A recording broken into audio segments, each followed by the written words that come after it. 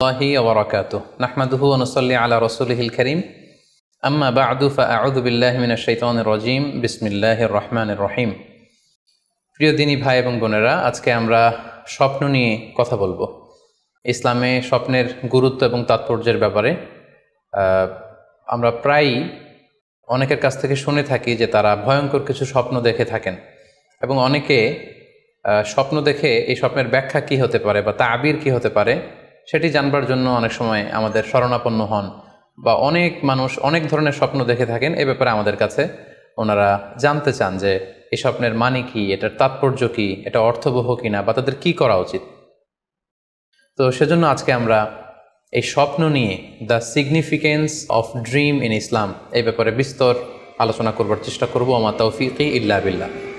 আজকে বেসিকলি স্বপ্নের ব্যাপারে আমরা 10টি পয়েন্টে কথা উপস্থাপন করবার চেষ্টা করব। সেগুলো হচ্ছে, প্রথমে আমরা জানব স্বপ্নের গুরুত্ব ও তাৎপর্যের ব্যাপারে, তারপর জানব স্বপ্নের প্রকারভেদ, ভালো স্বপ্ন দেখলে করণীয়, খারাপ স্বপ্ন দেখলে করণীয়, তারপর কোন ধরনের স্বপ্নের ব্যাখ্যা প্রয়োজন এবং কোন স্বপ্নের ব্যাখ্যা প্রয়োজন নেই, সত্য স্বপ্নের আলামত অথবা কিভাবে বুঝবো যে আমার স্বপ্নটা অর্থবহ কিনা, স্বপ্নের ব্যাপারে কিছু ইসলামী দিক নির্দেশনা, স্বপ্নে আল্লাহ রাসূল সাল্লাল্লাহু আলাইহি সাল্লামকে দেখা প্রসঙ্গে, যুগে যুগে স্বপ্ন ব্যাখ্যায় কারা পারদর্শী ছিলেন, এবং সবশেষে কোরআন সুন্নাহর আলোকে বিভিন্ন প্রতীক বা চিহ্নের দিকে খেয়াল রেখে স্বপ্নের ব্যাখ্যা।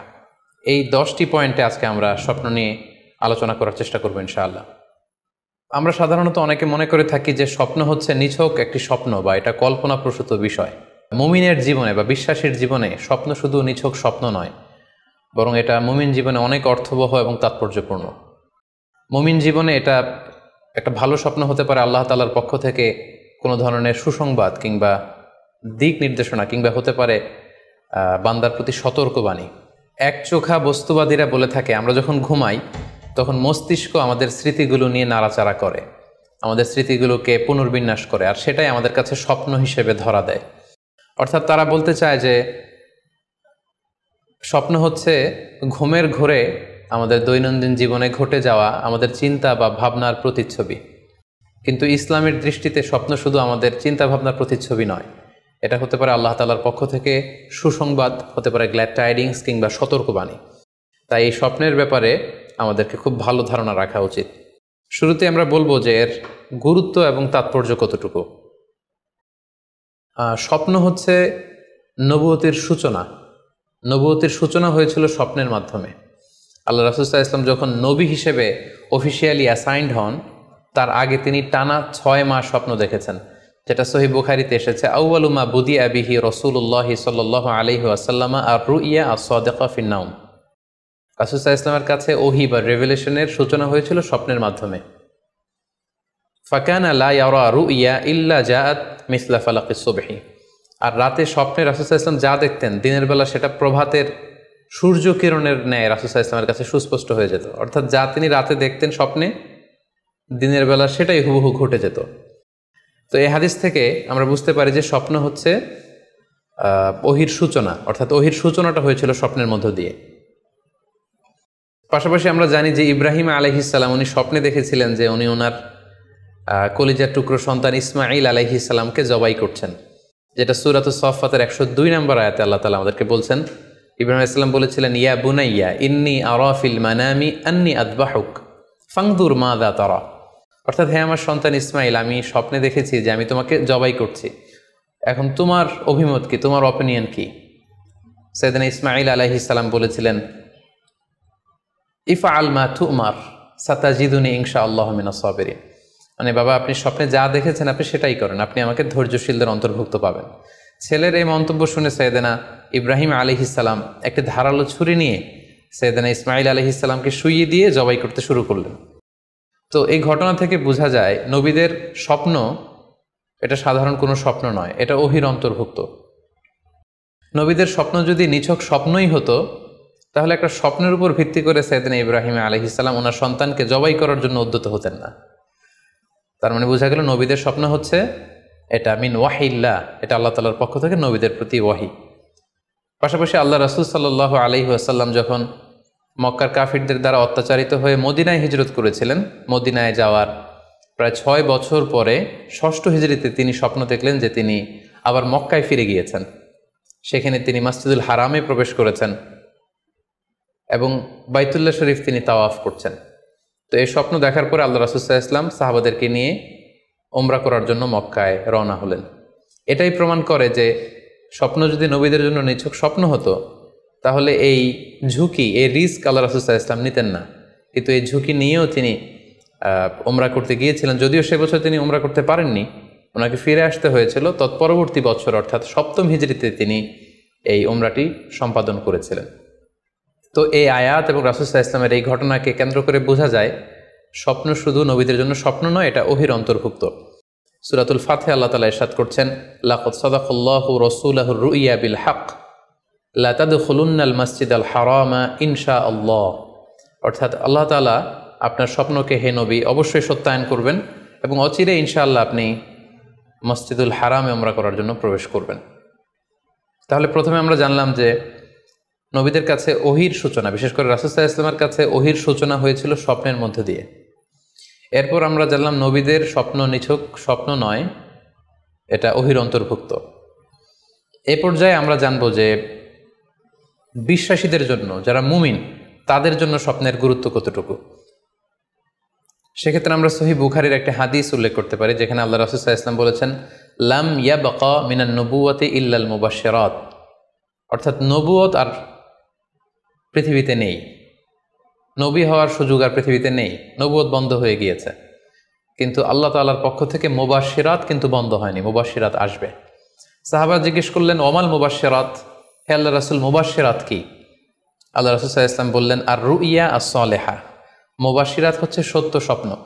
বিশ্বাসীরা যখন রাত্রিবেলা সত্য স্বপ্ন দেখবে, বিশ্বাসীদের জন্য সত্য স্বপ্ন বা সুন্দর স্বপ্ন নিছক স্বপ্ন নয়, এটা আল্লাহ তাআলার পক্ষ থেকে গ্ল্যাড টাইডিংস, সুসংবাদ হতে পারে অথবা সতর্ক করা হতে পারে।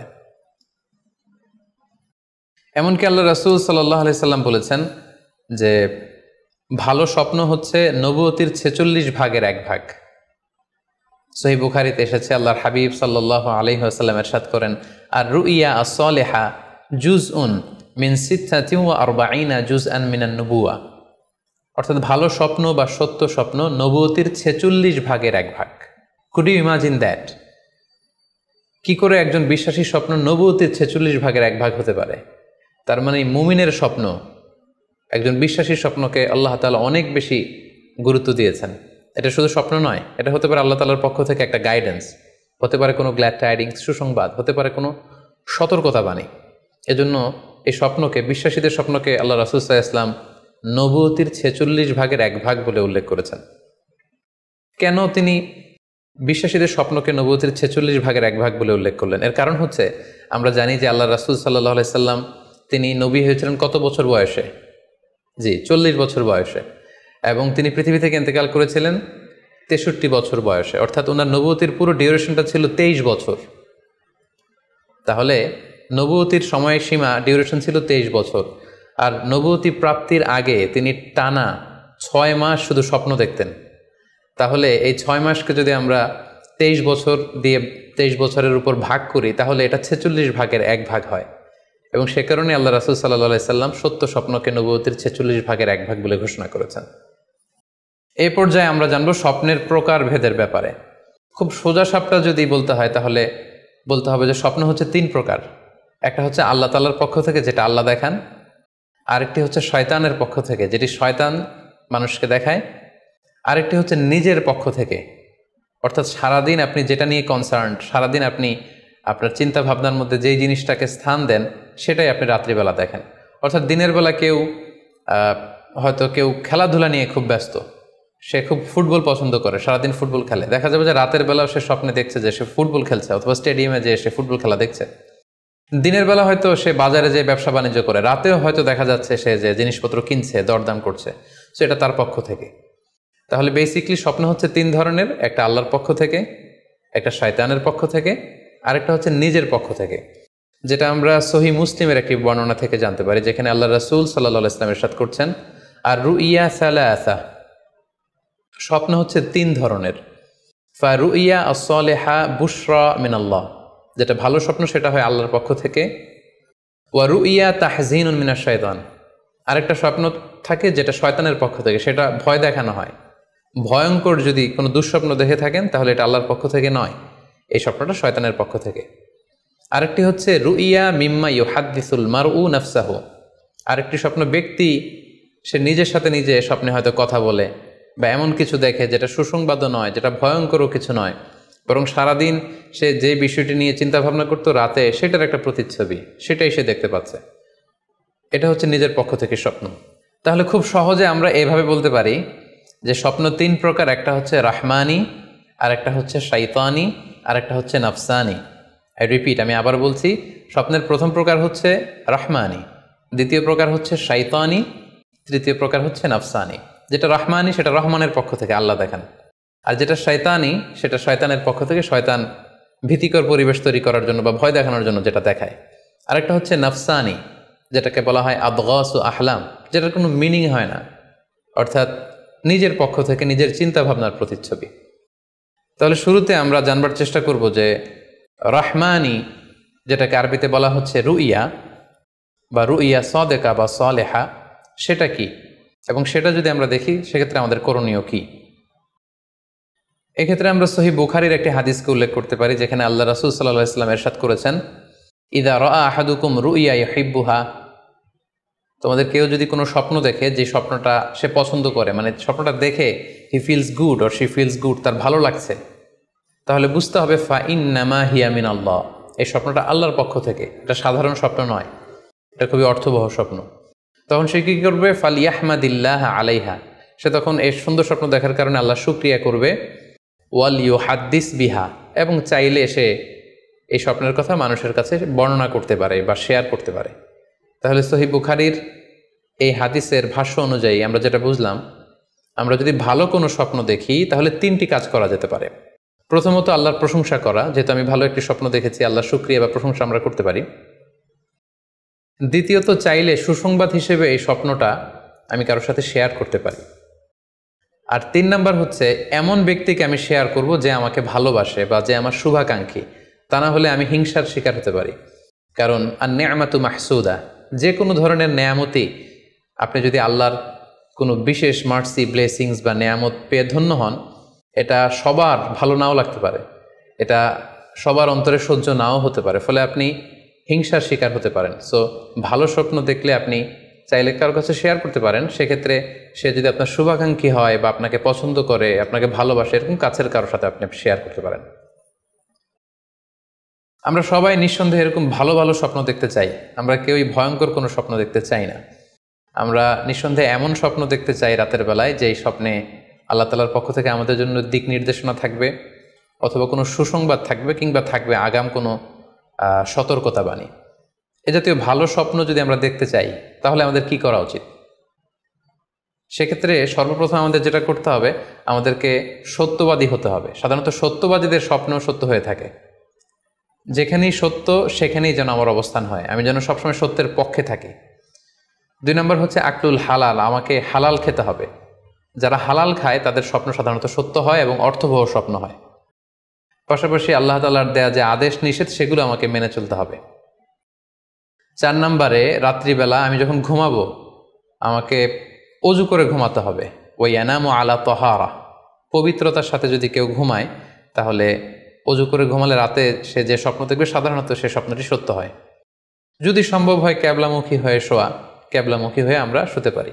এই বিষয়গুলো যদি আমরা এনশিওর করতে পারি, অর্থাৎ সত্যবাদী হওয়া, হালাল খাবার খাওয়া, আল্লাহর দেয়া বিধিনিষেধ সবসময় মেনে চলবার চেষ্টা করা, রাত্রিবেলা অজু অবস্থায় ঘুমানোর অভ্যেস করা, পাশাপাশি ক্যাবলামুখী হয়ে শোয়ার চেষ্টা করা, এই বিষয়গুলো যদি আমরা মেনটেন করার চেষ্টা করি তাহলে আমরা যে স্বপ্নগুলো দেখব সেগুলো সত্য স্বপ্ন হবে বলে আমরা আশা করি। প্রিয় সুধী, এবারে আমরা জানব স্বপ্নের দ্বিতীয় প্রকারের ব্যাপারে, অর্থাৎ যেটাকে আরবিতে বলা হচ্ছে হলম, বা আমরা বলেছি শয়তানি, যেটা শয়তানের পক্ষ থেকে আসে। সেক্ষেত্রে শয়তান এটা সাধারণত মানুষকে ভয় দেখানোর জন্য, ঘুমের মধ্যে তার কোনো অকল্যাণ করার জন্য যে স্বপ্নটা দেখায়, এটা হচ্ছে শয়তানি। সেক্ষেত্রে সহিহ মুসলিমের একটি হাদিসের কথা আমরা এখানে উল্লেখ করতে পারি। সেখানে আল্লাহ রাসূল সাল্লাল্লাহু আলাইহি ওয়াসাল্লাম বলেছেন, আর রুইয়া মিনাল্লাহ, ভালো স্বপ্ন হচ্ছে আল্লাহর পক্ষ থেকে, ওয়াল হুলমু মিনাশ শাইতান, আর খারাপ স্বপ্ন হচ্ছে শয়তানের পক্ষ থেকে। এখন কেউ যদি আমরা এই ভয়ঙ্কর স্বপ্ন রাতে দেখে ফেলি, যেটাকে আমরা নাইট মেয়ার বলি বা হরর ড্রিম বলি, ভয়ঙ্কর স্বপ্ন বা দুঃস্বপ্ন, যেটা দেখে আমরা খুব হাঁপিয়ে উঠি, আমাদের শ্বাস প্রশ্বাসের গতিবিধি বেড়ে যায়, আমরা খুব ভয় পাই, প্রচণ্ড ভয়ে আমরা আটকে উঠি এবং ঘুম ভেঙে যায় আমাদের, এরকম ভয়ঙ্কর স্বপ্ন যদি আমরা দেখি তখন আমরা কি করব? এ ব্যাপারে কি ইসলামের কোনো দিক নির্দেশনা আছে? হ্যাঁ, অবশ্যই দিক নির্দেশনা আছে। সেক্ষেত্রে আমরা সহিহ মুসলিমের একটি হাদিস উল্লেখ করতে পারি এখানে, যেখানে আল্লাহ রাসূল সাল্লাল্লাহু আলাইহি ওয়াসাল্লাম বলেছেন, ইযা রাআ আহাদুকুম আর রুইয়া ইয়াকরাহুহা, তোমাদের কেউ যদি রাতে এমন কোনো স্বপ্ন দেখে যেটা সে অপছন্দ করে, মানে ভয়ঙ্কর ভীতিকর দুঃস্বপ্ন যদি সে দেখে, তাহলে ফাল ইয়াবসুক আন ইয়াসারিহি সালাসান, সে যেন তার বাম দিকে 3 বার থুতু ফেলে। ওয়াল ইস্তাইয বিল্লাহি মিনাশ শাইতানি সালাসান, আর সে যেন শয়তানের ব্যাপারে আল্লাহ তাআলার কাছে 3 বার পানাহ চায় বা আশ্রয় প্রার্থনা করে। ওয়াল ইয়াতাহাওয়াল আন জামবিহি আল্লাযী কানা আলাই, আর যে পাশে হয়ে সে শুয়েছিল সে পাশ চেঞ্জ করে অন্য পাশ হয়ে যেন সে ঘুমায়। সুবহানাল্লাহি বিহামদি, কত চমৎকার দিক নির্দেশনা। এবং সুনানে ইবনু মাজায় আরও একটি সহিহ হাদিস আমরা এখানে উল্লেখ করতে পারি, যেখানে আল্লাহ রাসূল সাল্লাল্লাহু আলাইহি ওয়াসাল্লাম বলেছেন, ইযা রাআ আহাদুকুম রুইয়া ইয়াকরাহুহা, কেউ যদি রাতে খারাপ বা ভয়ঙ্কর কোনো স্বপ্ন দেখে, ফালিয়াতাহাওয়াল, সে যেন তার বিছানা চেঞ্জ করে নেয়, জায়গা চেঞ্জ করে নেয়। অর্থাৎ সে যে বিছানায় শুয়েছিল সেখানে না, সে অন্য কোথাও শোবে, অথবা যেই টার্নে শুয়েছিল অন্য টার্নে চলে যাবে, ডানে হলে বায়ে, বায়ে হলে ডানে।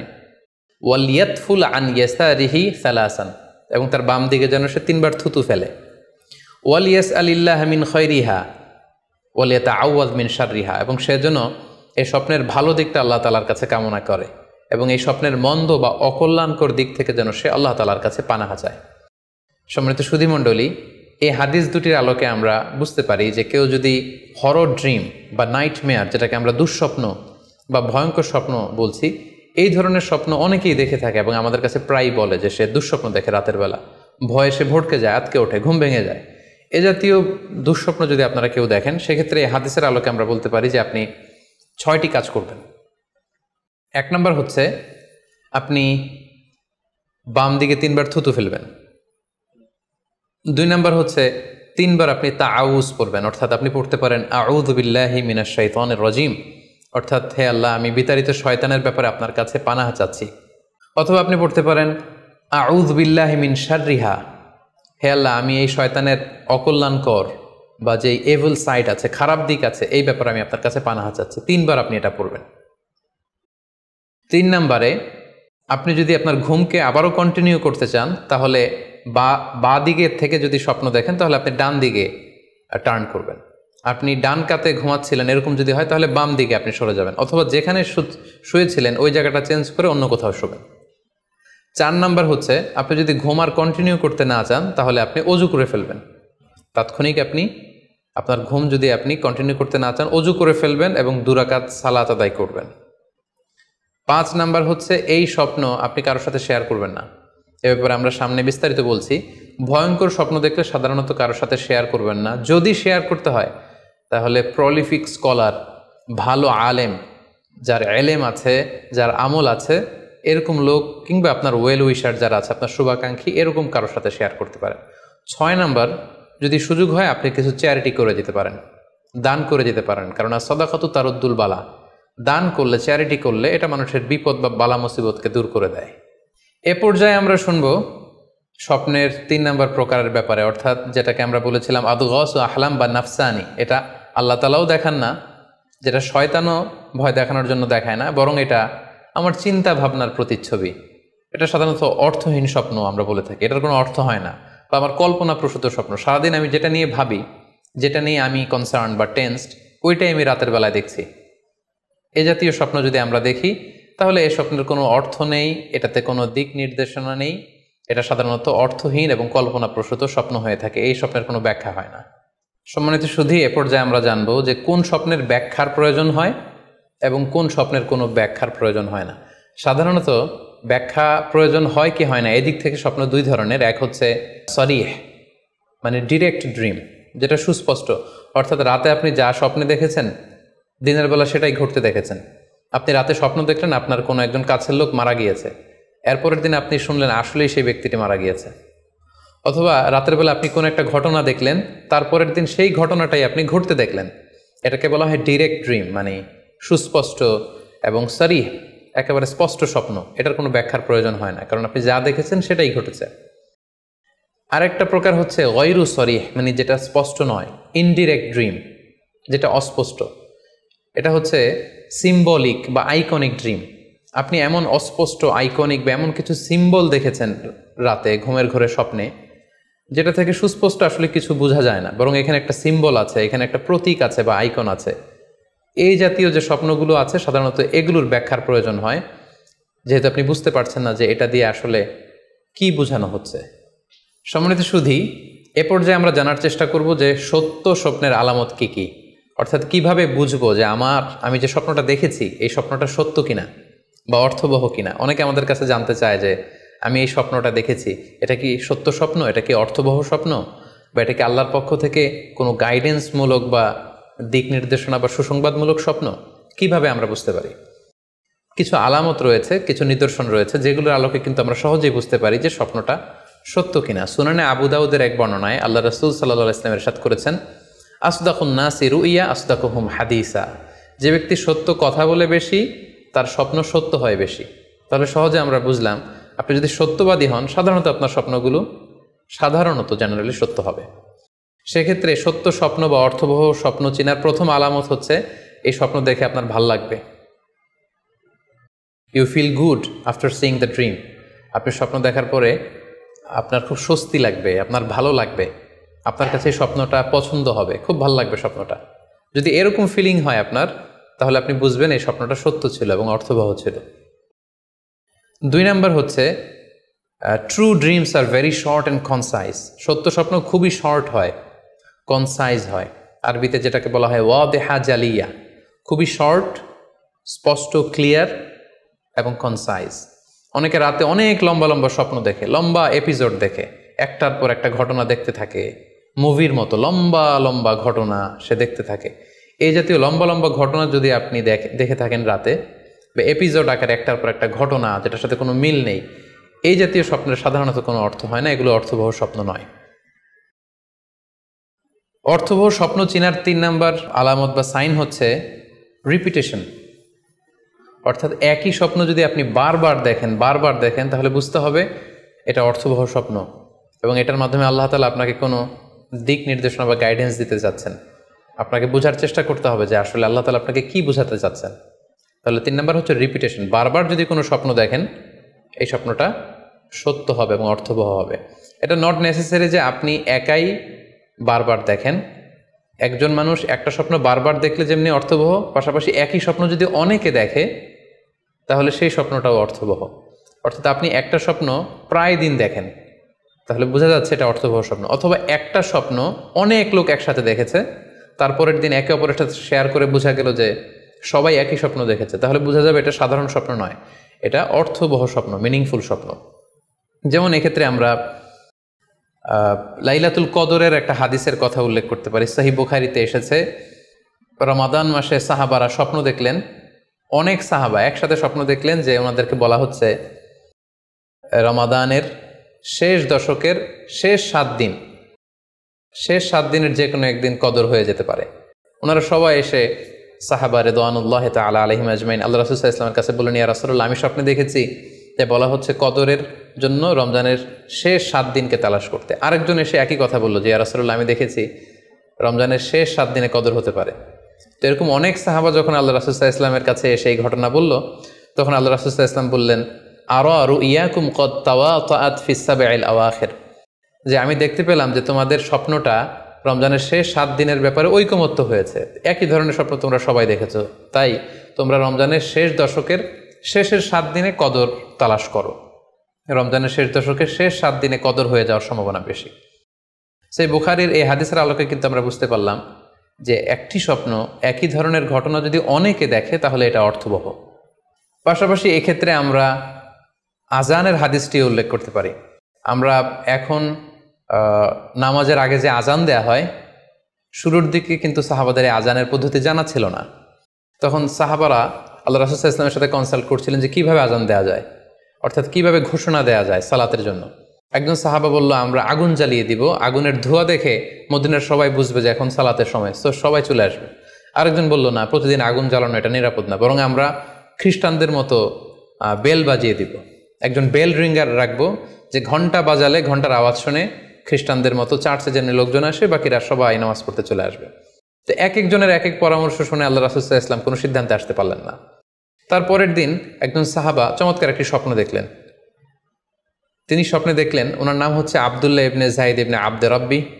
উনি স্বপ্নে দেখলেন যে একজন লোক, খুব সম্ভবত ফেরেশতা হবেন, তার গায়ে দুইটা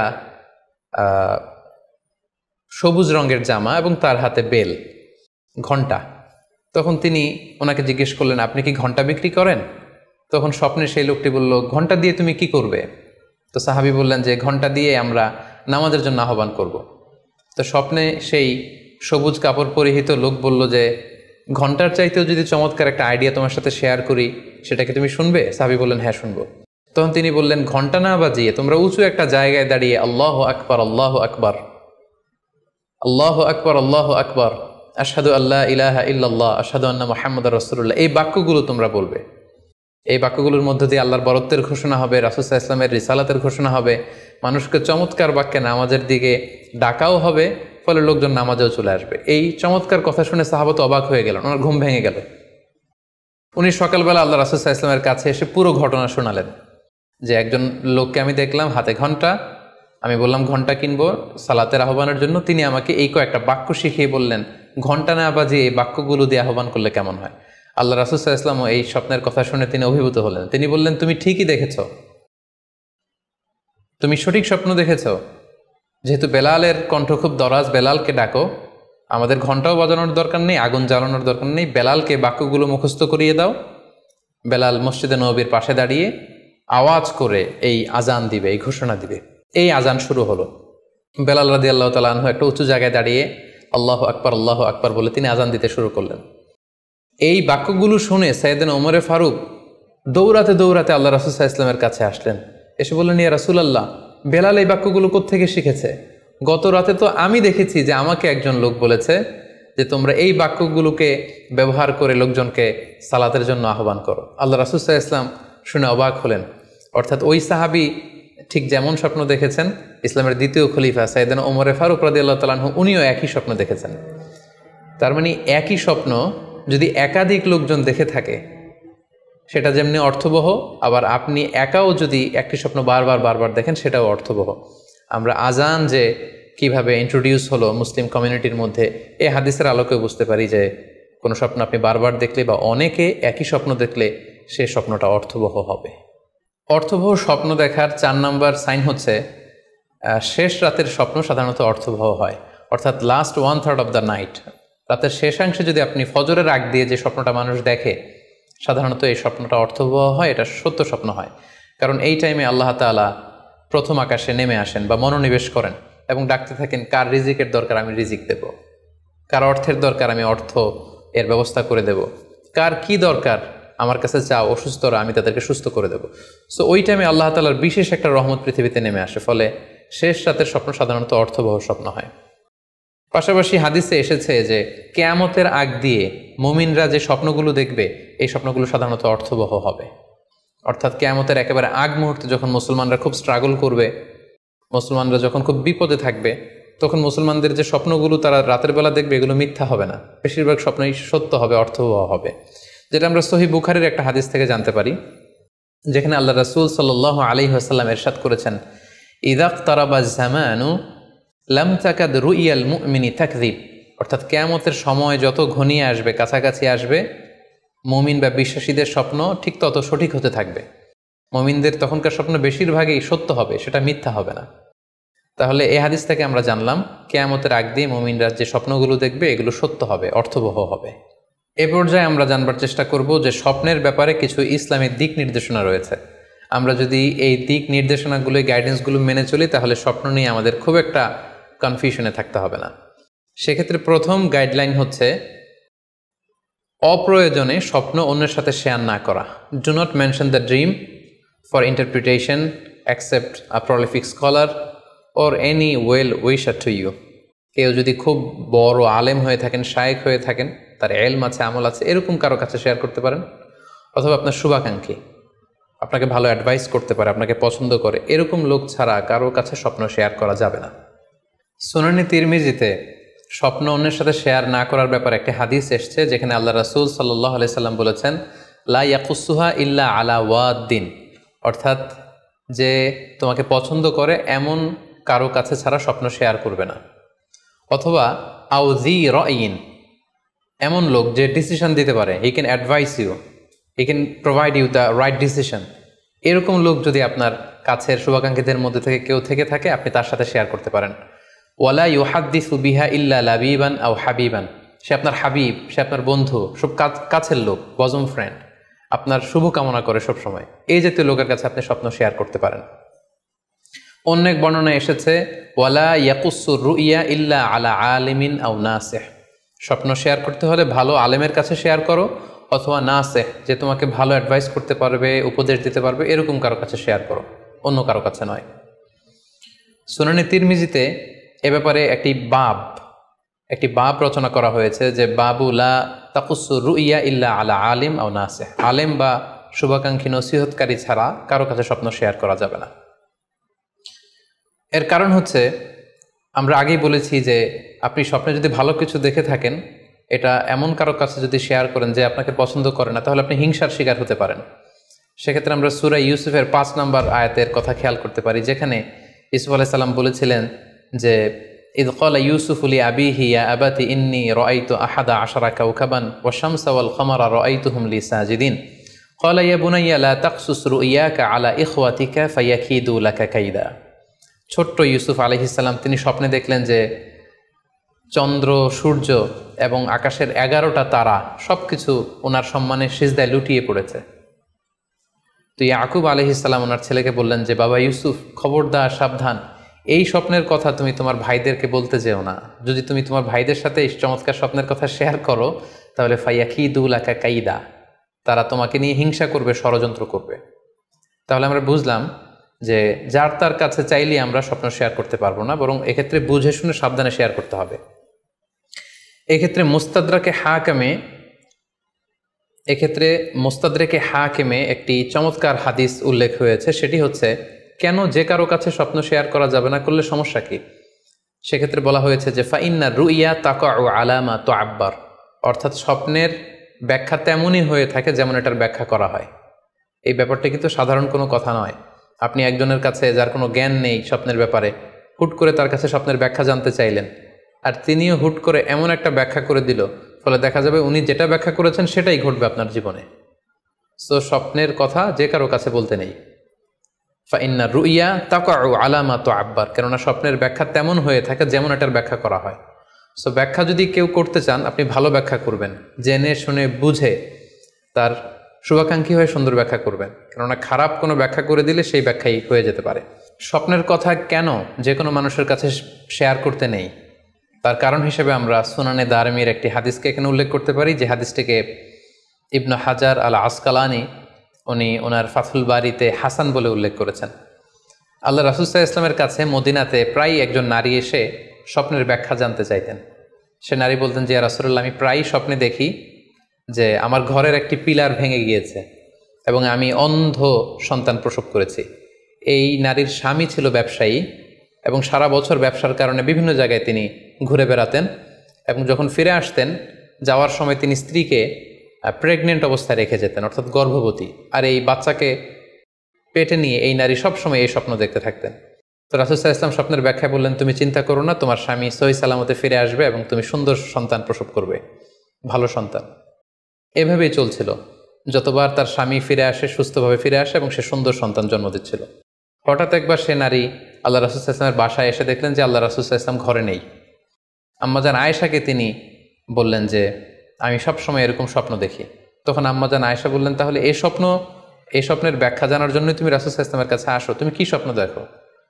তখন সে নারী আম্মাজান আয়েশার কাছে খুলে বললেন যে, আমি স্বপ্নে দেখি যে আমার ঘরের একটি পিলার ভেঙে গিয়েছে আর আমি একটি অন্ধ সন্তান প্রসব করেছি। একথা শুনে আম্মাজান আয়েশা রাদিয়াল্লাহু তাআলা আনহা অবাক হয়ে গেলেন। তিনি বললেন, তাই নাকি? তোমার স্বপ্ন যদি সত্য হয়, তাহলে ঠিকই তোমার স্বামী মারা যাবে এবং তুমি একজন ফাজের পাপাচারী সন্তান প্রসব করবে। ঠিকই দেখা গিয়েছিল তার পরের বছর তার স্বামী যখন আসলো, জীবিত আসতে পারেনি, তার স্বামী ইন্তেকাল করেছিল এবং এই নারী যে সন্তান প্রসব করেছিল সেটি ছিল একটি পাপাচারী সন্তান। তো এই ঘটনা আল্লাহ রাসূল সাল্লাল্লাহু আলাইহি ওয়াসাল্লাম শুনে আম্মাজান আয়েশাকে বললেন, আয়েশা তুমি এটা ঠিক করোনি, তুমি যদি কখনো কারো স্বপ্নের ব্যাখ্যা করো তুমি ভালো ব্যাখ্যাটা করবে, কখনো মন্দ দিক থেকে ব্যাখ্যা করবে না, হয় চুপ থাকবে, ব্যাখ্যাই করতে যাবে না, আর যদি স্বপ্নের ইন্টারপ্রিটেশন তুমি করতে চাও তাহলে ভালো ব্যাখ্যাটা করবে। সম্মানিত শুধু এজন্য যে কারো কাছে আমরা চাইলেই স্বপ্নের কথা জানাতে পারি না, বরং সে যদি আপনার শুভাকাঙ্ক্ষী হয়, সে যদি স্বপ্ন ব্যাখ্যায় পারদর্শী হয়, সে যদি ভালো আলেম হয়, তাহলে তার কাছে আপনি স্বপ্নের ব্যাখ্যা জানতে চাইতে পারেন। এক্ষেত্রে আমরা ইমাম মুহাম্মদ ইবনে সিরিনের আরও একটি চমৎকার ঘটনার কথা উল্লেখ করতে পারি। মুহাম্মদ ইবনে সিরিন উনি ছাত্রদেরকে নিয়ে একবার তালিম দিচ্ছিলেন। এ সময় হঠাৎ এক নারী এসে বললেন যে আমি স্বপ্নের ব্যাখ্যা জানতে চাই, মুহাম্মদ ইবনে সিরিন কোথায়? ছাত্ররা বলল উনি একটু বাইরে গিয়েছেন, আপনি স্বপ্নে কি দেখেছেন? মহিলাটি বলল যে আমি স্বপ্নে দেখেছি আমার ছেলে সাগর থেকে শুধু পানি পান করছে। হঠাৎ সেই মজলিস থেকে এক ছাত্র বলল, তাই নাকি? আপনি যদি এই স্বপ্ন দেখে থাকেন তাহলে আপনার বাচ্চাটা মারা যাবে। ইমাম মুহাম্মদ ইবনে সিরিন পরবর্তীতে যখন আসলেন, এসে ছাত্রদের কাছে যখন জানতে পারলেন, তখন তিনি বললেন যে তুমি কেন এই স্বপ্নের ব্যাখ্যা করেছো? কারণ সাগরের লোনা পানি এটা যে সবসময় অযোগ্য, পানের অযোগ্য ব্যাপারটা এমনটা নয়, সাগরের ভেতরে তো মণিমুক্তাও আছে। বরং আমি হলে ব্যাখ্যা করতাম যে তোমার ছেলে সাগর থেকে পানি খাচ্ছে, তোমার ছেলে অনেক বড় আলেম হবে। কিছুদিন পরে আরেক লোক এসে মুহাম্মদ ইবনে সিরিনের কাছে জানতে চাইলেন যে আমি স্বপ্নে দেখছি যে আমার ছেলে সাগর থেকে শুধু পানি নিয়ে খাচ্ছে। তিনি বললেন আশা করা যায় তোমার ছেলে অনেক বড় আলেম হবে। ঠিকই দেখা গেল কিছুদিন পরে যেই মহিলাটি স্বপ্নের ব্যাখ্যা জানতে এসেছিলেন তার ছেলেটি মারা গিয়েছে, আর ওই যেই লোক মুহাম্মদ ইবনে সিরিনের কাছে স্বপ্নের সুন্দর ব্যাখ্যা নিয়ে গেলেন তার ছেলে ওই সময়ের অনেক বড় আলেম হয়েছিল।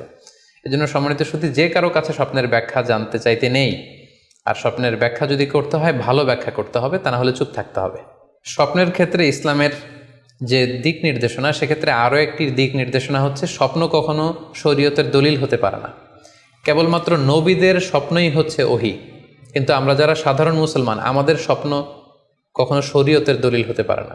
এটা আপনার জন্য কোনো একটা বিশেষ ধরনের অনুধাবন হতে পারে, আপনার বিশেষ ফিলিংস হতে পারে, আপনার একার জন্য কোনো ধরনের গাইডেন্স হতে পারে আল্লাহর পক্ষ থেকে, কিন্তু এটাকে শরীয়তের দলিল বলে চালিয়ে দেওয়া যাবে না।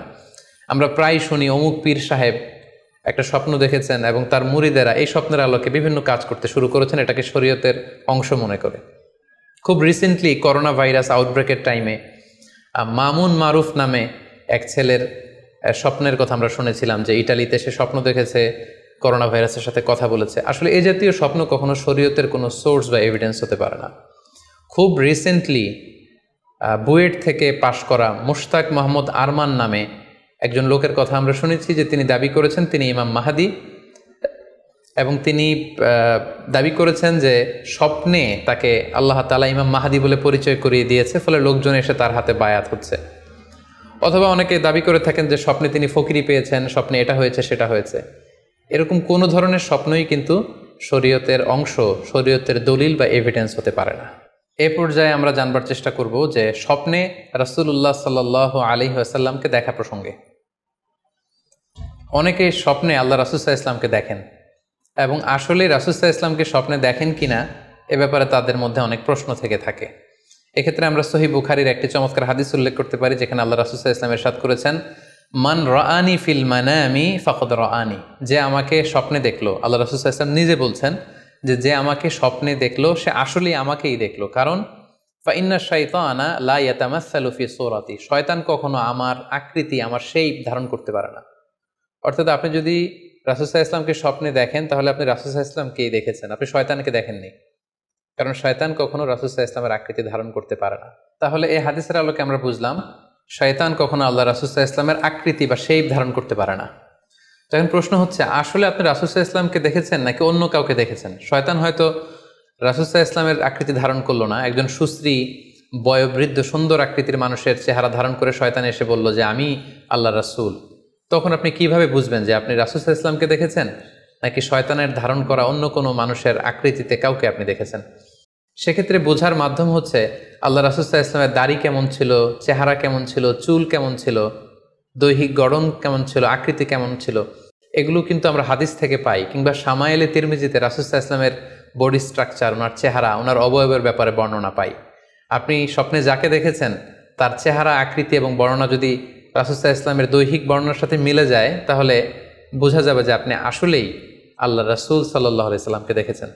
কিন্তু আপনি স্বপ্নে দেখা মানুষটি, তার চেহারার সাথে যদি রাসূল সাল্লাল্লাহু আলাইহি ওয়াসাল্লামের চেহারার যে বর্ণনা সেটির সাথে যদি কোনো মিল না থাকে, যদি তার চেহারা রাসূল সাল্লাল্লাহু আলাইহি ওয়াসাল্লামের চেহারার মতো না হয়, শামায়েলে তিরমিজিতে যে বর্ণনা আছে সেরকম যদি না হয়, তাহলে বোঝা যাবে আপনি রাসূল সাল্লাল্লাহু আলাইহি ওয়াসাল্লামকে দেখেননি, বরং অন্য কাউকে দেখেছেন। এক্ষেত্রে আমরা মুহাম্মদ ইবনে সিরিনের ঘটনা উল্লেখ করতে পারি। ওনার কাছে কেউ এসে যদি বলতো যে আমি স্বপ্নে আল্লাহ রাসূল সাল্লাল্লাহু আলাইহি ওয়াসাল্লামকে দেখেছি, তখন মুহাম্মদ ইবনে সিরিন জিজ্ঞেস করতেন, তুমি কি দেখেছো বলো তো? তুমি যাকে দেখেছো তার দাড়ি কেমন, তার চেহারা কেমন, তার চোখ নাক কেমন, তার গড়ন কেমন? তখন ওই ব্যক্তি যখন বর্ণনা দিত, আর সেই বর্ণনা যখন আল্লাহ রাসূল সাল্লাল্লাহু আলাইহি ওয়াসাল্লামের আকৃতির সাথে মিলে যেত, তখন মুহাম্মদ ইবনে সিরিন বলতেন, তুমি ঠিকই স্বপ্নে আল্লাহ রাসূল সাল্লাল্লাহু আলাইহি ওয়াসাল্লামকে দেখেছো। কিন্তু ওই ব্যক্তির বর্ণনা যদি এমন হতো যে না, এর সাথে রাসূল সাল্লাল্লাহু আলাইহি ওয়াসাল্লামের হাদিসে বা শামায়েলে তিরমিজিতে রাসূল সাল্লাল্লাহু আলাইহি ওয়াসাল্লামের দেহের যে বর্ণনা, এটার সাথে কোনো মিল নেই, তখন মুহাম্মদ ইবনে সিরিন বলতেন, না, তুমি স্বপ্নে আল্লাহ রাসূল সাল্লাল্লাহু আলাইহি ওয়াসাল্লামকে দেখোনি, বরং তুমি অন্য কাউকে দেখেছো। এ পর্যায়ে আমরা জানবার চেষ্টা করব যে যুগে যুগে কারা স্বপ্ন ব্যাখ্যায় খুব পারদর্শী ছিলেন। নবীদের মধ্যে সাইয়েদনা ইউসুফ আলাইহিস সালাম, তিনি সবচেয়ে ভালো স্বপ্নের ব্যাখ্যা করতে পারতেন। সাহাবাদের মধ্যে সাইয়েদনা আবু বকর রাদিয়াল্লাহু তাআলা আনহু চমৎকার স্বপ্নের ব্যাখ্যা করতে পারতেন, এবং তাবিঈদের মধ্যে মুহাম্মদ ইবনে সিরিন চমৎকার স্বপ্নের ব্যাখ্যা করতে পারতেন। আর বলার অপেক্ষা রাখে না যে অবশ্যই আল্লাহ রাসূল সাল্লাল্লাহু আলাইহি ওয়াসাল্লাম তিনিও চমৎকার স্বপ্নের ব্যাখ্যা করতে পারতেন। সহিহ মুসলিমে, সুনানে আবু দাউদে একটি হাদিস এসছে যে আল্লাহ রাসূল সাল্লাল্লাহু আলাইহি ওয়াসাল্লাম ফজরের সালাতের পরে তাসবিহ শেষে সাহাবাদের কাছে জানতে চাইতেন যে গতকাল রাতে কে কি স্বপ্ন দেখেছো আমার কাছে বলো, আমি সেই স্বপ্নের ইন্টারপ্রিটেশন তোমাদেরকে জানাবো। কানা নবী সাল্লাল্লাহু আলাইহি ওয়াসাল্লাম ইযা সাল্লা সুবহা আকবালা আলাইহিম বিওয়াজহিহি ফাকালা হাল রাআ আহাদুম মিনকুম আল বারিহাতা রুইয়া। সহিহ মুসলিমের বর্ণনা, ফজরের নামাজের পর তিনি প্রত্যেকদিন জিজ্ঞেস করতেন, গতকাল রাতে কেউ কি কোনো ভালো স্বপ্ন দেখেছো? কেউ কি কোনো স্বপ্ন দেখেছো? আমার কাছে উল্লেখ করো, আমি এটার ব্যাখ্যা করে দিব। সম্মানিত শুধু আমরা বলছিলাম যে ইউসুফ আলাইহিস সালাম খুব ভালো স্বপ্নের ব্যাখ্যা করতে পারতেন, এবং সূরা ইউসুফের 111 নম্বর আয়াতে ব্যাপারে আল্লাহ উল্লেখ করেছেন সাইয়েদনা ইউসুফ আলাইহিস সালামের কথা, যে তিনি বলেছেন, রব্বি কদ আতাইতানি মিনাল মুলকি ওয়া আল্লামতানি মিন তা'ওয়িলিল আহাদিস। মানে হে আমার রব, আপনি আমাকে রুলিং পাওয়ার দিয়েছেন এবং আপনি আমাকে you taught me how to interpret the dreams, কিভাবে স্বপ্নের ব্যাখ্যা করতে হয় এটা আপনি আমাকে শিক্ষাদান করেছেন।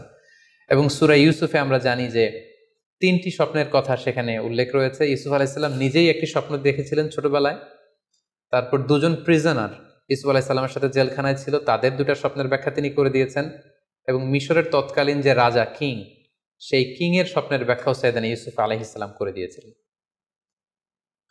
সাহাবীদের মধ্যে সাইয়েদনা আবু বকর রাদিয়াল্লাহু তাআলা আনহু চমৎকার স্বপ্নের ব্যাখ্যা করতে পারতেন, এবং আল্লাহ রাসূল সাল্লাল্লাহু আলাইহি ওয়াসাল্লাম মাঝে মাঝে ইচ্ছা করে আবু বকর রাদিয়াল্লাহু তাআলা আনহুর কাছে স্বপ্নের ব্যাখ্যা জানতে চাইতেন, এবং আবু বকর রাদিয়াল্লাহু তাআলা আনহু নিজেও মাঝে মাঝে ইচ্ছা করে রাসূল সাল্লাল্লাহু আলাইহি ওয়াসাল্লামের কাছে বলতেন যে, ইয়া রাসূলুল্লাহ, এই স্বপ্নের ব্যাখ্যাটা আমি করি।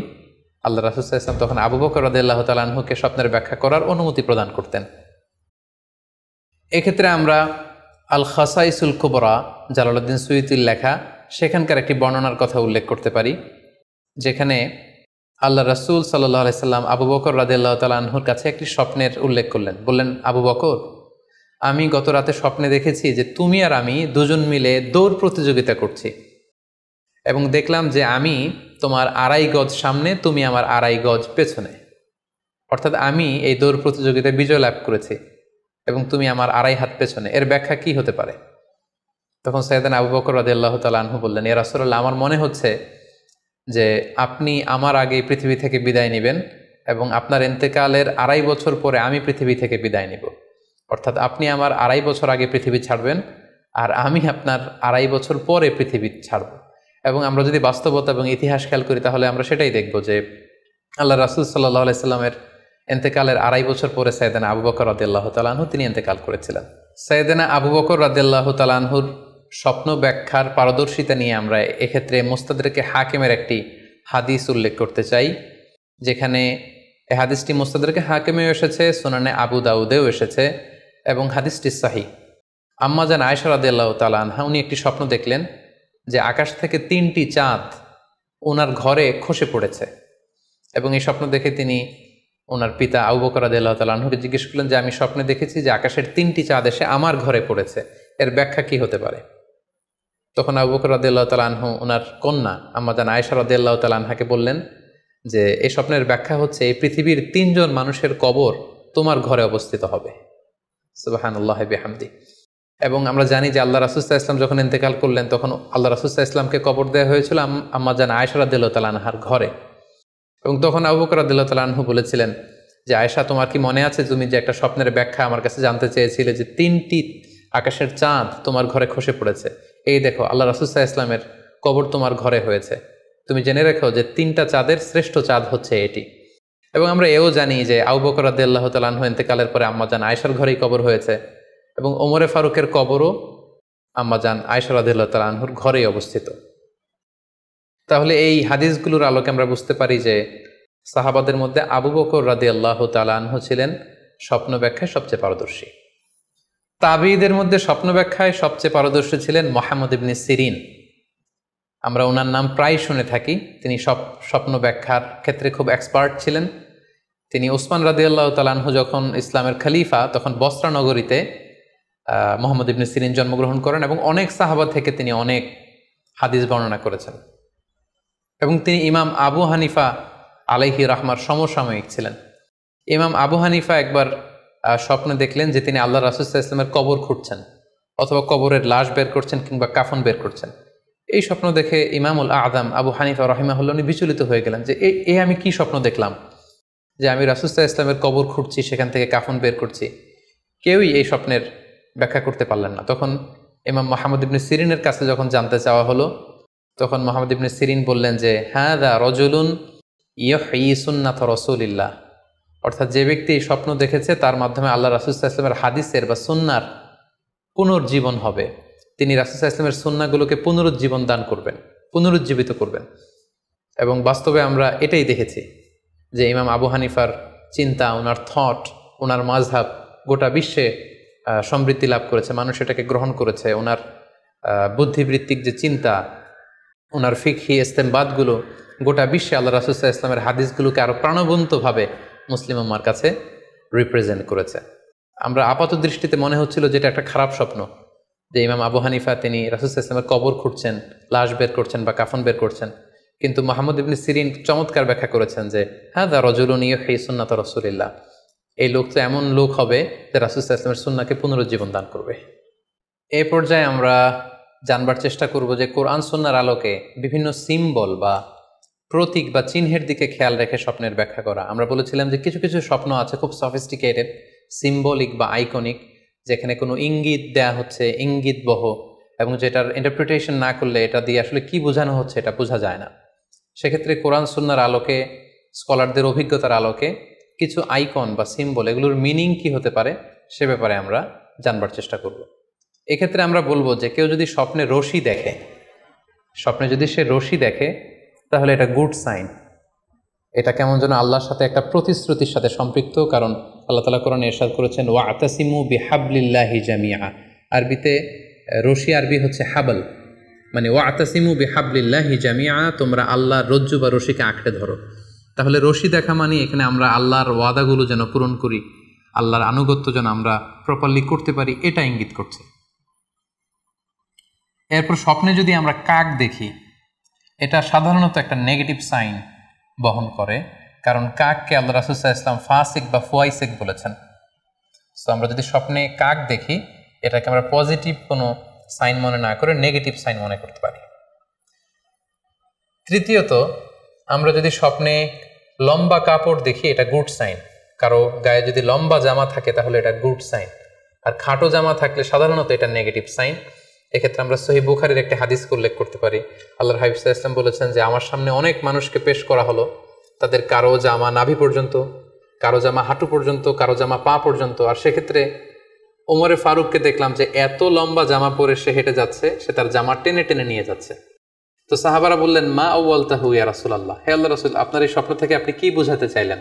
আল্লাহ রাসূল সাল্লাল্লাহু আলাইহি ওয়াসাল্লাম বললেন আউয়ালতুহু আদ-দীন, এটা দ্বারা আমি দিনদারি বোঝাতে চাইলাম। অর্থাৎ যার জামা লম্বা তার মানে তার তাকওয়া বেশি বা তার দিনদারি বেশি। আর স্বপ্নে যদি কারো জামা খুব ছোট খাটো বা জামাহীন অবস্থায় কাউকে দেখা হয়, এটা সাধারণত তার দিনদারি কমে যাচ্ছে বা তার তাকওয়া is decreasing day after day, এটার একটা সাইন বহন করে। পাশাপাশি দুধ, স্বপ্নে যদি কেউ দেখে সে দুধ খাচ্ছে, এটা একটা ভালো সাইন। স্বপ্নে দুধ খেতে যদি দেখা হয় তাহলে তার জ্ঞান বৃদ্ধি পাবে বলে এটা একটা সাইন বা আলামত বহন করে। সেক্ষেত্রেও আমরা বুখারীর একটা হাদিস উল্লেখ করতে পারি, যেখানে আল্লাহ রাসূল সাল্লাল্লাহু আলাইহি ওয়াসাল্লাম একটা স্বপ্নের কথা সাহাবাদেরকে শেয়ার করছিলেন। তিনি বললেন যে আমাকে এক বাটি দুধ দেয়া হলো, আমি সেখান থেকে দুধ খেলাম, তারপর দেখলাম যে আমার আঙ্গুল থেকে দুধ বের হচ্ছে, আর সেখানে যে অবশিষ্ট দুধ রয়ে গেল সেটা আমি ওমরে ফারুকের মুখে দিলাম। ওমরে ফারুক সে অবশিষ্ট দুধটা খেলো। এই স্বপ্নের কথা শুনে সাহাবারা বললেন, মা আউয়ালতা বিহি ইয়া রাসূলুল্লাহ, হে আল্লাহ রাসূল, এটা দিয়ে আপনি কি ব্যাখ্যা করলেন? ফামা আউয়ালতাহু ইয়া রাসূলুল্লাহ, আল্লাহ রাসূল সাল্লাল্লাহু আলাইহি ওয়াসাল্লাম বললেন, আল ইলম, এটা দিয়ে আমি জ্ঞানের ব্যাখ্যা করেছি। অর্থাৎ দুধ হচ্ছে জ্ঞানের প্রতীক। দুনিয়াতেও তো আমরা দেখি যে দুধ হচ্ছে সুষম একটা খাবার, খাদ্যের পুষ্টিগুণের 6টি গুণাগুণ দুধের মধ্যে পাওয়া যায়। সো কেউ যদি স্বপ্নে দেখেন যে তিনি দুধ পান করছেন, আশা করা যায় এটা তার জন্য ভালো সাইন, তার জ্ঞান বাড়বে বলে আমরা ধারণা করতে পারি। এবার স্বপ্নে যদি কেউ দেখে যে সে আজান দিচ্ছে, এটাও ভালো সাইন। স্বপ্নে আজান দেয়া এটা সাইন হচ্ছে সে হয়তো অচিরে হজ করতে যাবে। হজের সাথে আজানের কি সম্পর্ক? এর কারণ হচ্ছে সূরা হজ্জে আল্লাহ তাআলা সাইয়েদনা ইব্রাহিম আলাইহিস সালামকে যখন বলেছিলেন যে তুমি হজ শুরু করো, তখন তিনি বলেছিলেন, ইব্রাহিম তুমি আজান দাও, ওয়া আযযিন ফিন নাসি বিল হজ ইয়াতুকা রিজালা ওয়া আলা কুল্লি দামির ইয়াতিনা মিন কুল্লি ফাজ্জিন আমিক। অর্থাৎ হে ইব্রাহিম তুমি আজান দাও। ইব্রাহিম আলাইহিস সালাম বললেন, কোথায় আজান দিব? চারদিকে তো মরুভূমি। আল্লাহ তাআলা বললেন, ইব্রাহিম তুমি আজান দাও, এই আজানের আওয়াজ বা শব্দ পৃথিবীর সবার কানে আমি পৌঁছে দেব। তো সাইয়েদনা ইব্রাহিম আলাইহিস সালাম তখন হজের আজান দিলেন বা ঘোষণা দিলেন। আজান শব্দের অর্থ হচ্ছে অ্যানাউন্স, টু অ্যানাউন্স, মানে ঘোষণা দেয়া। সো আপনি যদি স্বপ্নে দেখেন যে আপনি আজান দিচ্ছেন বা কেউ আজান দিচ্ছে, তাহলে সে অচিরে হজ করবে বা হজ রিলেটেড কোনো একটা ব্যাখ্যা হতে পারে। এভাবে আজানকে হজের সাথে সম্পৃক্ত করা হয়েছে এবং এটা ভালো একটি স্বপ্ন। এবার স্বপ্নে যদি কেউ গর্ত দেখে যে সে গর্ত খুঁড়ছে বা তার জন্য কেউ গর্ত করছে, এটা ষড়যন্ত্রের সাথে সম্পৃক্ত। কেননা আরবি প্রবাদে আছে যে মান হাফারা হুফরাতান ওয়াকা ফিহা, কেউ যদি কারোর জন্য গর্ত করে তাহলে সেই গর্তে সে নিজে আগে পড়বে। তাহলে গর্ত করা মানে অনেকটা কারো বিরুদ্ধে শত্রুতা করা বা ষড়যন্ত্র করার একটা চিহ্ন বহন করে। এবার স্বপ্নে যদি কেউ নৌকা দেখে বা শিপ দেখে, জাহাজ দেখে যে সে জাহাজে আরোহণ করছে বা নৌকায় আরোহণ করছে, এটা তার জন্য একটা ভালো সাইন। সে কোনো বিপদ থেকে মুক্তি পাবে বলে ধারণা করা যেতে পারে। কারণ সূরা আনকাবুতের 15 নম্বর আয়াতে আল্লাহ বলছেন, ফাআনজাইনাহু ওয়া আসহাবাস সাফিনাতি ওয়া জাআলনাহা আয়াতাল লিল আলামিন। অর্থাৎ আমি নূহ আলাইহিস সালাম এবং তার সাথের ঈমানদার সবাইকে আমি এই নৌকায় উঠিয়েছি এবং মহাপ্লাবন থেকে তাদেরকে আমি বাঁচিয়েছি। আর এই মহাপ্লাবনকে আমি গোটা বিশ্বের জন্য একটা নিদর্শন করে রেখেছি। সো নৌকায় ওঠা বা জাহাজে ওঠা, কোনো শিপে বা লঞ্চে ওঠা, এটা আপনি বিপদ থেকে মুক্তি পাবেন, and you are in the safe zone, এই ধরনের একটা ইঙ্গিত বহন করে। ইমাম মুহাম্মদ ইবনে সিরিনের কাছে এক লোক এসে বলল যে, ইমাম, রাআইতু কাআন্নী আহরুসু আরদান লা তুমবিত, হে ইমাম, আমি স্বপ্নে দেখেছি যে আমি একটি শস্য ক্ষেত্র চাষ করছি কিন্তু কোনো ফসল হচ্ছে না, এটার মানে কি? তিনি ব্যাখ্যা করে দিলেন, আনতা তা'জিলু আন ইমরাতিক, অচিরেই হয়তো তোমার স্ত্রীর সাথে তোমার সেপারেশন হয়ে যেতে পারে। কারণ কোরআনে স্ত্রীকে শস্য ক্ষেত্রের সাথে তুলনা করা হয়েছে মেটাফরিক্যালি। সূরা বাকারার 223 নম্বর আয়াতে আল্লাহ বলছেন, নিসাউকুম হারসুল লাকুম ফাআতু হারসাকুম আন্না শি'তুম। অর্থাৎ তোমাদের স্ত্রীরা হচ্ছে তোমাদের শস্য ক্ষেতের মতো, তোমরা যেভাবে খুশি এই শস্য ক্ষেত্রটাকে সুন্দরভাবে চাষাবাদ করতে পারো। তাহলে শস্য ক্ষেতের সাথে বা ক্রপ ল্যান্ডসের সাথে আপনার স্ত্রীর সাথে সম্পর্ক হওয়া বা সেপারেশন হওয়া, এইভাবে ইঙ্গিত নেওয়া যেতে পারে। সবশেষে একটি ঘটনা উল্লেখ করার মধ্য দিয়ে আমরা এই সিম্বলিক বা আইকনিক ব্যাপারটা শেষ করতে চাই। সেটি হচ্ছে, ব্যক্তির ভিন্নতার কারণে কিন্তু স্বপ্নের ব্যাখ্যাও ভিন্নতা হতে পারে। ব্যক্তি ভিন্নতার কারণে স্বপ্নের ব্যাখ্যাও ভিন্ন হবে। একই স্বপ্ন দুইজন লোক দেখলো, দুইজনের স্বপ্নের ব্যাখ্যা কিন্তু দুরকম হতে পারে। সেক্ষেত্রে আমরা মুহাম্মদ ইবনে সিরিনের একটা ঘটনা উল্লেখ করতে পারি। মুহাম্মদ ইবনে সিরিনের কাছে এক লোক এসে বলল যে, আমি স্বপ্নে দেখেছি আমি আজান দিচ্ছি, এটার ব্যাখ্যা কি? উনি বললেন, তুমি হজ করতে যাবে। তার কিছুদিন পরে আরেক লোক এসে একই স্বপ্ন দেখলো। তিনি বললেন যে, আমি স্বপ্নে দেখেছি যে আমি আজান দিচ্ছি। তো তিনি বললেন, চুরিতে তোমার হাত কাটা যাবে। তো ওনার ছাত্ররা দুইজন লোকের কাছে দুই ধরনের উত্তর দেওয়ার কারণে অবাক হয়ে জিজ্ঞেস করলেন যে, হে ইমাম, একই স্বপ্ন দুইজন দেখলো কিন্তু আপনি এক একজনকে এক এক উত্তর কেন দিলেন? তো তিনি বললেন যে, এই দুইজনকে আমি চিনি, এবং তাদের ব্যক্তিগত জীবন সম্পর্কে আমি জানি। সো তাদের জীবন আচরণ, তাদের ব্যক্তিত্বের কারণে আমি দুই ধরনের ব্যাখ্যা করেছি। প্রথম জনের ব্যাখ্যা করেছি আমি সূরা হজের আলোকে, কারণ সূরা হজে আল্লাহ ইব্রাহিম আলাইহিস সালামকে বলেছেন ওয়াজ্জিন ফিন্নাসি বিল হজ, তুমি মানুষের মাঝে হজের জন্য আজান দাও, ঘোষণা দাও। সো সেই লোকটি আজান দিয়েছে, তার মানে আশা করা যায় সে হজে যাবে। আর দ্বিতীয় লোকটির স্বপ্নের ব্যাখ্যা আমি করেছি সূরা ইউসুফের আলোকে। সূরা ইউসুফে একটি আয়াত আছে সুম্মা আযানা মুআযযিনুন আইয়াতুহাল আইর ইন্নাকুম লাসারিকুন, অর্থাৎ মিশরের কিং এর একটি পানপাত্র চুরি হয়ে গিয়েছিল। ইউসুফ আলাইহিস সালাম ইচ্ছা করে সেটা তার ভাই ইয়ামিনের খাদ্যের প্যাকেটের ভেতরে ঢুকিয়ে দিয়েছিলেন। আর তখন সেখানকার স্টাফরা বা সৈনিকেরা আজান দিয়েছিল, মানে ঘোষণা দিয়ে বলেছিল হে ক্যারাভান, হে কাফেলার লোকেরা, তোমরা চুরি করেছো। তো তিনি মুহাম্মদ ইবনে সিরিন বললেন যে দ্বিতীয় লোকটার ব্যাপারে আমি জানি, সে আসলে অসাধু একজন লোক, এবং তার ক্ষেত্রে সে স্বপ্নে যেহেতু আজান দিতে দেখেছে, সে কখনো হজে যাবে না, বরং সূরা ইউসুফের আলোকে চুরিতে তার হাত কাটা যাবে। তো এভাবে আমরা কোরআন সুন্নাহর আলোকে বা স্কলারদের যে অভিব্যক্তি সেগুলোর আলোকে স্বপ্নের মধ্যে থেকে যেগুলো সিম্বলিক, আইকনিক, যেগুলো ইঙ্গিতবহ, এগুলোর ব্যাখ্যা আমরা এভাবে করতে পারি। সম্মানিত শুধু এই ছিল স্বপ্ন নিয়ে আমাদের আজকের আলোচনা। আমরা এই আলোচনা থেকে বুঝতে পারলাম যে স্বপ্ন তিন ধরনের হতে পারে। কোনোটা আল্লাহ দেখান দিক নির্দেশনার জন্য বা সুসংবাদ স্বরূপ, কোনোটা শয়তানের পক্ষ থেকে ভয় দেখানোর জন্য, আর কোনোটা হচ্ছে আমাদের চিন্তা ভাবনার প্রতিচ্ছবি। আর স্বপ্ন যতটা সম্ভব অন্যের কাছে না শেয়ার করতে পারলেই ভালো। বিশেষ করে যদি আপনি ভয়ঙ্কর দুঃস্বপ্ন দেখে থাকেন, সেক্ষেত্রে এমন লোকের কাছে আপনি শেয়ার করুন যে আপনাকে পছন্দ করে, যার কোরআন সুন্নাহর জ্ঞান আছে, যার মধ্যে এলেম আছে, আমল আছে। আর আপনাদের কারো কাছে যদি আপনাদের ফ্রেন্ডস অ্যান্ড ফ্যামিলির কেউ বা আশেপাশের কেউ এসে যদি হুট করে তার স্বপ্নের কথা বলে দেয়, আপনি হুট করে তার ইন্টারপ্রিটেশন বা ব্যাখ্যা করতে যাবেন না। আপনি বেটার হয় যে আপনি চুপ থাকবেন, অথবা আপনি যদি ব্যাখ্যা করতে চান তাহলে ভালো ব্যাখ্যা করবেন। আল্লাহ তাআলা আমাদের সবাইকে কথাগুলো বুঝার ও আমল করার তৌফিক দান করুক। হাযা মা ইনদি ওয়াল ইলমু ইনদাল্লাহ আলাইহি তাওয়াক্কালতু ওয়া ইলাইহি উনীব। ওয়াসসালামু আলাইকুম ওয়া রাহমাতুল্লাহি ওয়া বারাকাতুহু।